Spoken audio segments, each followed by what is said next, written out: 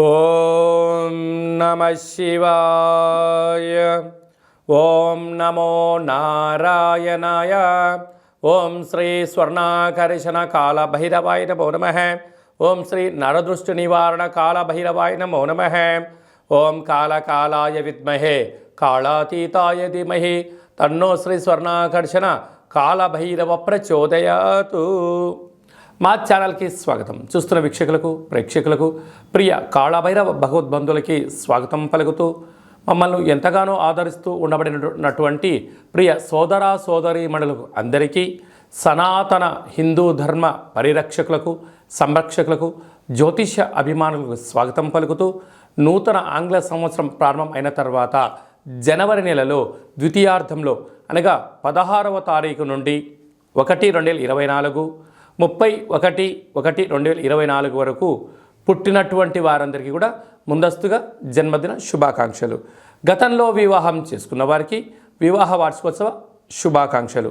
ఆ యొక్క నరదృష్టి నివారణ కాళభైరవ స్వామి యొక్క ఆశీస్సులు అందరిపైన ఉండాలని, ఒక్కొక్క మాసంలో ఒక్కొక్క కాళభైరవుడు ఉంటాడు కనుక ఈ యొక్క పుష్యమాసంలో శుక్లపక్ష అష్టమి పూర్ణిమ సందర్భంగా శ్రీ క్షేత్రపాలక కాళభైరవ స్వామి వారి యొక్క ఆశీస్సులు అందరినీ చల్లగా చూడాలని, ఎవరైతే ఏ వృత్తులైతే చేస్తున్నారో విద్య, ఉద్యోగ, వ్యాపార, వ్యవసాయ, రాజకీయ, సేవా రంగాల్లో ఉండబడినటువంటి వారందరికీ కూడా సకల అష్టకష్టాలు తొలగిపోయి అష్ట ఐశ్వర్యాలను ప్రసాదించాలని శ్రీ క్షేత్రపాలక కాళభైరవ స్వామివారిని, అందరిపైన నరదృష్టి నివారణ కలగాలని నరదృష్టి నివారణ కాళభైరవ స్వామివారిని వేడుకుందాం. ద్వాదశ రాశుల్లో గ్రహ గమనాలు ఒకసారి వీక్షింపచేద్దాం. మేషరాశిలో గురు సంచార స్థితి, కన్యరాశిలో కేతు సంచార స్థితి, వృశ్చిక రాశిలో శుక్ర సంచార స్థితి, ధనస్సు రాశిలో కుజుడు మరియు బుధ సంచార స్థితి, మకర రాశిలో ఏడాది తర్వాత రవి సంచార స్థితి, కుంభరాశిలో శనేశ్వర స్వామివారు స్వక్షేత్ర సంచార స్థితి, మీనరాశిలో రాహు సంచార స్థితితో ద్వాదశ రాశుల్లో గ్రహ గమనాలు ఈ విధంగా ఉన్నాయి. 19వ తారీఖున శుక్రభగవానుడు ధనుసు రాశిలోకి సంచార స్థితి ఈ విధంగా ఉంది. తులారాశి వారు పుష్యమాస సందర్భంగా గురువారం రోజు పునర్వసు పుష్యమీ నక్షత్ర సందర్భంగా గురు పుష్యార్క యోగాన్ని ఎలా పొందాలో ఈ వీడియోలో సవివరంగా సంపూర్ణంగా తెలుసుకుందాం. తులారాశిలో ఏ నక్షత్రాలు వస్తాయిగా చిత్తా నక్షత్రంలోని 3వ పాదం, 4వ పాదం, స్వాతి నక్షత్రంలోని 4 పాదాలు, విశాఖ నక్షత్రంలోని 1, 2, 3 పాదములు కలిపితే తులారాశి. చాలామందికి పుట్టినటువంటి కాల సమయంలో డేటా ఆఫ్ బర్త్లు లేనటువంటి కారణం వలన పేరు యొక్క మొదటి అక్షరాన్ని అనుసరిస్తూ ఆ రాశిని తెలుసుకునే ప్రయత్నం అవుతుంది. అవి ఏ అక్షరాలు సరే పరిశీలన చేద్దాం. రా, రీ, శ్రీ, రు, రే, రో, తా, తి, తు, తే అక్షరాల వారందరూ కూడా ఈ యొక్క తులారాశి జాతకులే. తులారాశి యొక్క అధిపతి శుక్రుడు. ఈ పుష్యమాసం సందర్భంగా గురువారం పూట పునర్వసు నక్షత్రం రావడం వలన గురు పుష్యార్క యోగం అంటారు. కనుక రాశాధిపతి శుక్రుడి యొక్క ఆశీర్వాద చేత యంత్ర, మంత్ర, తంత్ర, పరతంత్ర, తాంత్రిక శక్తులను సంపాదించడంలో తులారాశి వారు ముందు వరుసలో ఉంటారు.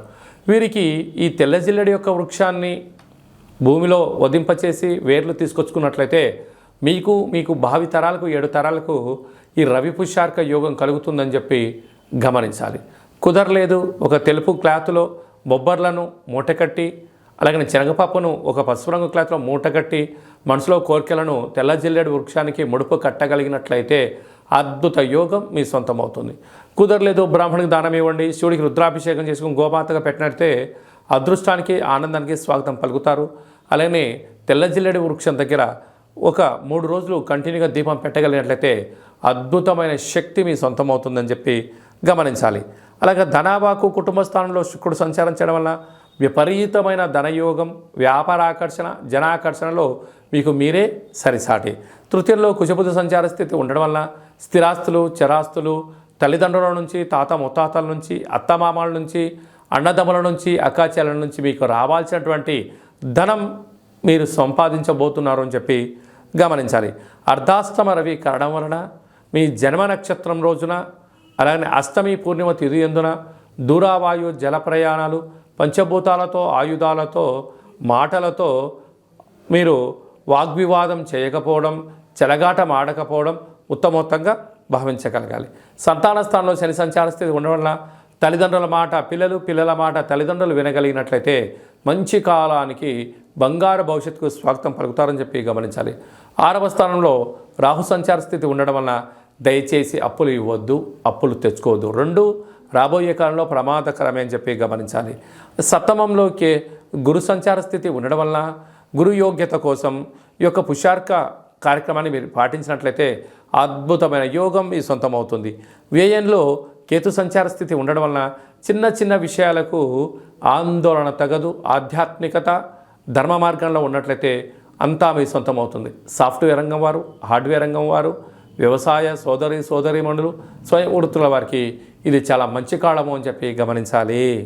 2024వ సంవత్సరంలో జనవరి నెలలో ద్వితీయార్థం అనగా 16వ తారీఖు నుండి 31వ తారీఖు వరకు ముఖ్యమైనటువంటి పండుగల గురించి క్లుప్తంగా సవివరంగా సంపూర్ణంగా తెలుసుకుందాం. మనకు 18వ తారీఖున శుక్లపక్ష అష్టమి సందర్భంగా శ్రీ క్షేత్రపాలక కాళభైరవ స్వామివారిని, అలాగే 26వ తారీఖున పుష్యమాస పూర్ణిమ పునర్వసు నక్షత్రము పుష్యమీ నక్షత్రము రావడం వలన గురువారం రోజు పుష్యమీ నక్షత్రం రావడం వలన గురు పుష్యార్క యోగము అంటారు. అర్కము అనగా తెల్ల జిల్లేడు యొక్క వృక్షము కనుక ఆంగ్ల సంవత్సరంలో ప్రారంభ దశలో ద్వితీయార్థంలో ఉన్నాం కనుక మనమందరము కూడా తెల్ల జిల్లేడు వినాయకుడి దగ్గర శ్వేతార్క గణపతి స్వామి దగ్గర దీపాన్ని వెలిగించడం వలన ఈ సంవత్సరం అంతా కూడా సకల అష్ట కష్టాలు తొలగిపోతాయని చెప్పి గమనించాలి. అలాగనే ఈ మనకు 2 గురువారాలు కానీ పూర్ణిమ రోజు గురువారం రోజు కానీ ఒక పసుపు రంగు క్లాత్లో కానీ టవల్లో కానీ శనగపప్పును బాగా ఉడకబెట్టి లేక నానబెట్టి అందులో మూట కట్టి ఒక 3 ఒత్తులను ఆముదంలో కానీ కొబ్బరి నూనె కానీ నానబెట్టి ఇంటి యజమానికి, వాహనాలకు, ఫ్యాక్టరీలకు దిష్టి తీసి బయట వేయడం వలన నరదృష్టి, శత్రు ప్రభావాలు తొలగి గురు యోగ్యత కలిగి విద్య, ఉద్యోగ, వివాహ, సంతాన, రాజకీయ, సేవారంగ కార్యక్రమాల్లో, రాజకీయ రంగ కార్యక్రమాల్లో అద్భుతమైన గురు యోగ్యత కారణం చేత మీకు రాజసన్మానం జరుగుతుందని చెప్పి గమనించాలి. మనం ఇంకనూ జనవరి నెలలో ద్వితీయార్థంలో అద్భుతమైన విజయాలు సాధించగలగాలి అన్నట్లయితే ఈ యొక్క పాత్ర కంచు పాత్ర, ఈ యొక్క పాత్రలో మనం 12 రాసులను అచ్చు వేయడం జరుగుతుంది. ఈ యొక్క పాత్రను మనం రోజు ఇంట్లో ఉదయం పూజ చేసిన తర్వాత లేకపోతే సాయంత్రం పూట దీపం అగరబత్తులు వెలిగించిన తర్వాత ఈ పాత్రను ఇలా ఎడమ చేతిలో పట్టుకొని కుడి చేతిలో ఈ యొక్క కర్ర సహాయం తీసుకొని మనసులో మీరు 3 సార్లు ఓం కాలభైరవాయ నమః, లేకపోతే ఓం నరదృష్టి నివారణ కాలభైరవాయ నమః అనగా నరుడు యొక్క దృష్టికి నల్లటి నాపర ఎలా బద్దలైపోతుంటుందో దృష్టి దోషం కారణం చేత విద్యార్థులు చదువులో రాణించలేకపోవడం, అనారోగ్యం దరిచేయడం, నిద్రలేని రాత్రులు గడపడం, ఉద్యోగంలో సక్సెస్ లేకపోవడం, వ్యాపారంలో జన ఆకర్షణ లేకపోవడం, సంపాదించిన ధనము నిల్వ ఉండకపోవడం, పోలీస్ స్టేషన్లు, కోర్టు, గొడవలు, అనేక రకాల సతమతయ్యే పరిస్థితి ఉంటుంది. అలాగా మనము ప్రతిరోజు సూర్యోదయం నుంచి సూర్యాస్తమయం వరకు నిత్యము మనం ఏదో పనులు చేస్తూ ఉంటాం. అలాగా వ్యాపారాలు కానీ, నూతన వస్త్రాలు కానీ, బంగారు ఆభరణాలు కానీ, కొత్త కార్లలో తిరిగినప్పుడు అనేక మంది చూపుల యొక్క ప్రభావం మన పైన ఉంటుంది. అలాంటి ప్రభావాన్ని ఏ రోజుకు ఆ రోజు మనం తొలగించుకోగలగాలి అన్నట్లయితే ఈ యొక్క కాళభైరవ స్వామి వారి యొక్క అక్షయ పాత్రను గృహంలో ఉంచుకొని ఇలాగా శబ్దం చేసి ఇలా చిన్నగా మనసులో 3 సార్లు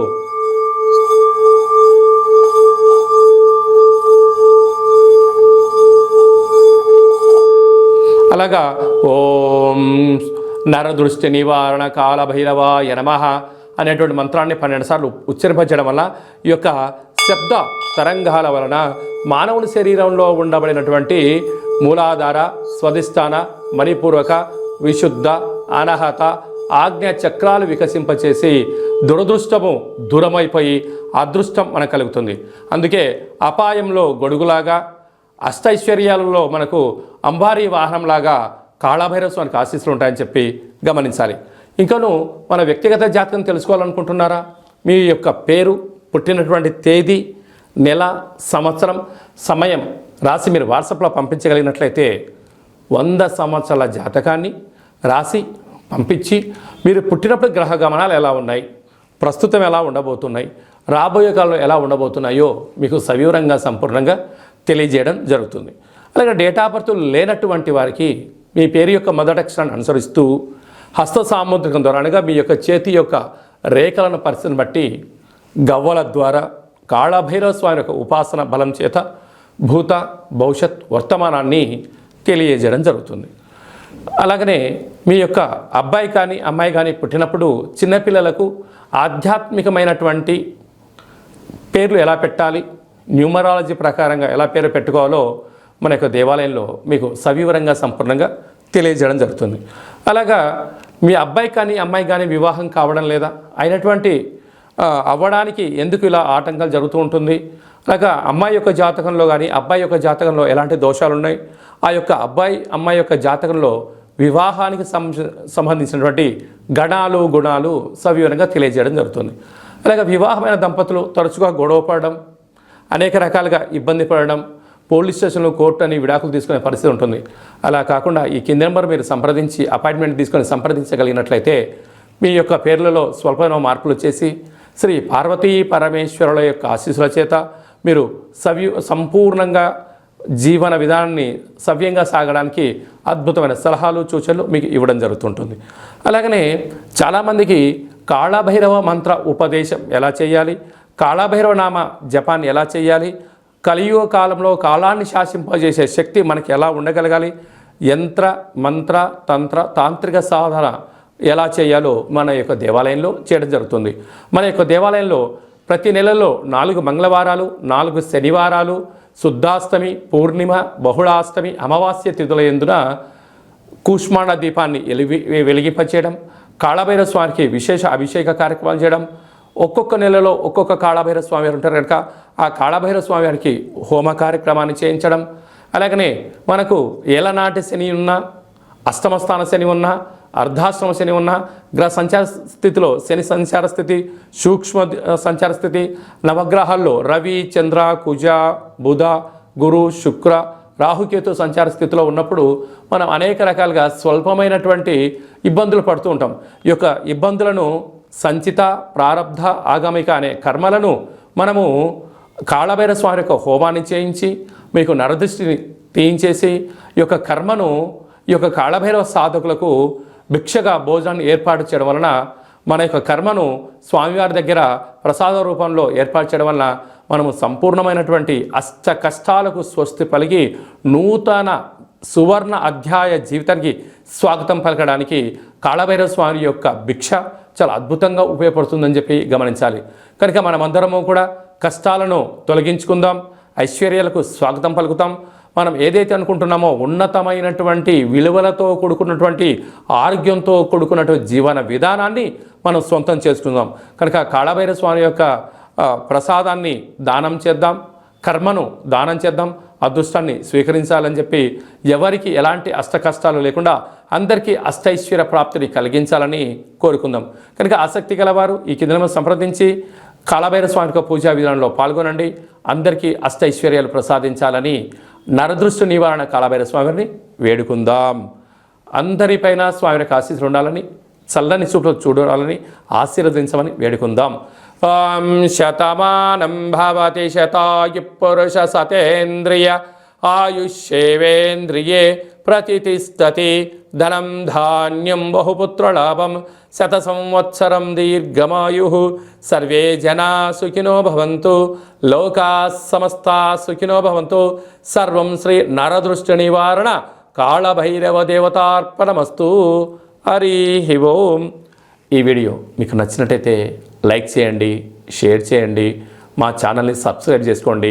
నేను చేస్తున్న వీడియోలో మీకు ముందస్తుగా నోటిఫికేషన్ రావాలన్నట్టయితే గంట సింబల్ ప్రెస్ చేయండి, ఆల్ అనే బటన్ తెలియచేయండి. ఎవరైనా మన క్షేమాన్ని కోరుకుంటున్న వాళ్ళైనా అంటే మనం ఎవరి క్షేమాన్ని గురించి ఆలోచన చేస్తున్నట్లయితే ఈ యొక్క ఆధ్యాత్మికమైనటువంటి భక్తి సమాచారాన్ని వాళ్ళకు తెలియచేయండి. కాళభైరవ స్వామి ఆశీస్సులు పొందండి.